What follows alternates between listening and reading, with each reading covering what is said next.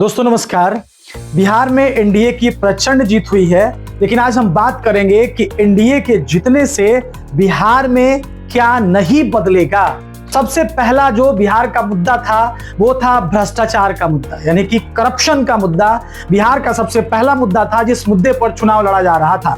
दूसरा सबसे बड़ा मुद्दा, बिहार में बेरोजगारी भी एक बहुत बड़ा मुद्दा माना जाता है। क्या आपको लगता है कि बिहार में उद्योग लगेंगे? क्या आपको लगता है कि बिहार में रोजगार जनरेट होगा? और तीसरा सबसे बड़ा मुद्दा जो बिहार का था वो हमें लगता है कि खत्म नहीं हो पाएगा, वो है पलायन का मुद्दा। पलायन का मुद्दा प्रशांत किशोर ने बड़े जोर और शोर से लगाया था। प्रशांत किशोर की वजह से पलायन का मुद्दा बिहार में जोर पकड़ा था और तमाम लोग पलायन के ऊपर बात कर रहे थे।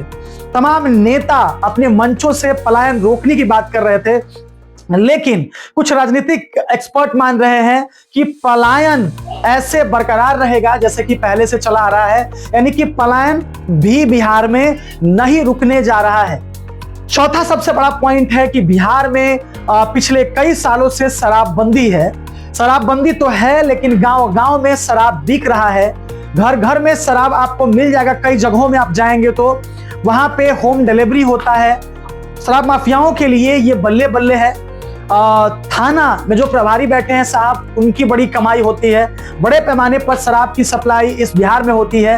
महंगा शराब बेचा जाता है, यानी शराबबंदी अब बिहार में जब तक कि नीतीश कुमार रहेंगे तब तक तो खत्म नहीं हो पाएगा। यानी कि इस शासन में हमें लगता है कि शराबबंदी पे कोई विचार नहीं किया जाएगा और ऐसे ही बिहार के लोग जहरीला शराब पी पी कर मरते रहेंगे, जैसे हजारों लोग बीते सालों में जहरीला शराब पी पी करके मर गए। अगले मुद्दे पे हम बात करते हैं। बिहार में जब भी छात्र अपनी मांग करने जाते थे तो उनके ऊपर जबरदस्त लाठीचार्ज किया जाता था। सड़क पर घसीट घसीट कर मारा जाता था। किसी के पैर तोड़ दिए जाते थे, किसी के सर फाड़ दिए जाते थे। कई बार लड़कियों को पुरुष पुलिस वालों के द्वारा गाली दी जाती थी। भद्दा भद्दा लाठीचार्ज किया जाता था और कानून की धज्जियां उड़ाई जाती थी। और मुझे लगता है कि ये भी लगातार बिहार में बरकरार रहेगा, ये भी खत्म नहीं होने वाला है।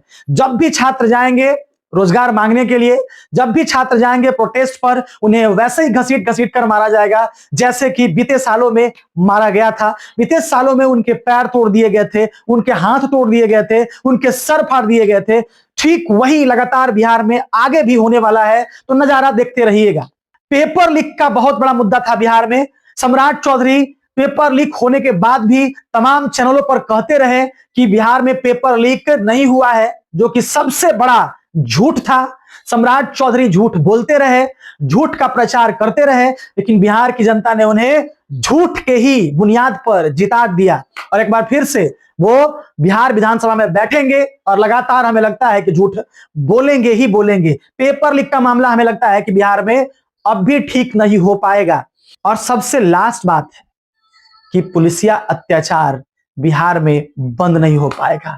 जिस तरीके से पुलिस गरीबों के ऊपर अत्याचार करती थी, जिस तरीके से गरीबों को सताया करती थी, जिस तरीके से गरीबों को लूटा करती थी, वैसे ही इस बिहार में एक बार फिर से उन गरीबों को लूटा जाएगा। जिन गरीबों ने 10,000 के नाम पे वोट दिया है, जिन गरीबों ने पेंशन के नाम पे वोट दिया, 125 यूनिट बिजली फ्री के नाम पर वोट दिया, उनके साथ कुछ नहीं होने वाला है। बिहार में उनके साथ कुछ बदलाव नहीं होने वाला है, वही होगा तो पहले से चला आ रहा है। तो ये तमाम मुद्दे थे बिहार के। हमें लगता है कि इस पर कोई सुनवाई नहीं होगी और अगले 5 साल तक यहाँ के लोग इन सारे समस्याओं का सामना करने के लिए तैयार हो जाएं। यहाँ के छात्र मार खाने के लिए तैयार हो जाएं और यहाँ के लोग घूस देकर काम करवाने के लिए तैयार हो जाएं और यहाँ के लोग जहरीला शराब पी पी कर मरने के लिए तैयार हो जाएं। और कई ऐसे मुद्दे हैं जिस मुद्दे का सामना करने के लिए तैयार हो जाए। बाकी क्या है आपकी प्रतिक्रिया? क्या नीतीश कुमार इसके बारे में सोचेंगे? क्या एनडीए की सरकार इस सारे चीजों को खत्म कर पाएगी? क्या होगा? क्या सच में बिहार में उद्योग लगेगा? गरीबों के ऊपर कंसर्न किया जाएगा या जैसे पहले से चल रहा है वैसे ही चलता रहेगा?